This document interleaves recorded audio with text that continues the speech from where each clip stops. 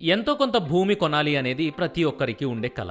కానీ ఈ తరం వారికి భూమి గురించి సరైన అవగాహన ఉండదు. అలా తెలిసి తెలియక భూమి కొనడానికి వెళ్ళినప్పుడు చదరపు అడుగులు, గజాలు, సెంట్లు, గుంటలు, ఎకరాలు అని అమ్మేవాళ్లు చెప్పే కొలతలు మనకు అర్థం కాదు. అయితే భూమిని కొలవడానికి ఉపయోగించే కొలమానాలను అందరికీ అర్థమయ్యేటట్టు ఒకసారి చూద్దాం పదండి.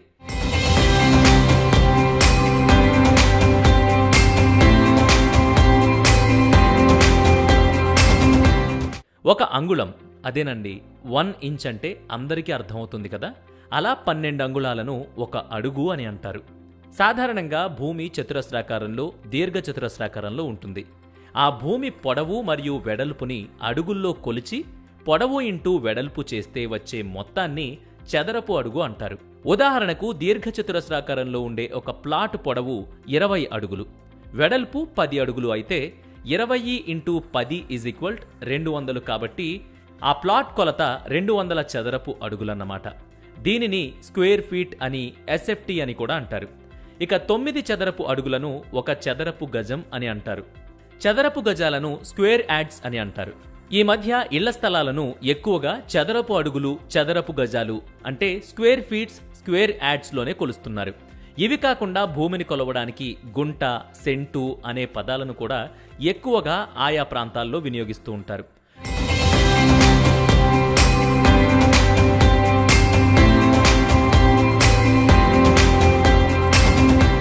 గుంట అనేది తెలంగాణలో భూమిని కొలవడానికి ఎక్కువగా ఉపయోగించే పదం.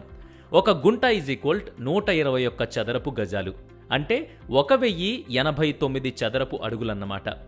ఆంధ్రప్రదేశ్లో అయితే కొన్ని ప్రాంతాల్లో భూమిని సెంట్లలో కొలుస్తారు. ఒక సెంటు = 48.4 చదరపు గజాలు అంటే 435.6 చదరపు అడుగులన్నమాట. ఇక వ్యవసాయ భూములు లేదా ఎక్కువ విస్తీర్ణం గల భూములను ఎకరాల్లో కొలుస్తారు. ఒక ఎకరం = 40 గుంటలు అంటే 100 సెంట్లు. ఇక 2.47 ఎకరాలను ఒక హెక్టారు అని అంటారు. కానీ హెక్టారు అనే కొలమానాన్ని తెలుగు రాష్ట్రాల్లో ఎక్కువగా ఉపయోగించరు. సో భూమిని ఎలా కొలుస్తారు, ఏ ప్రాంతంలో ఏమంటారు అనే దాని గురించి తెలుసుకున్నారు కదా. రేపు మరొక వీడియోతో మళ్ళీ కలుద్దాం.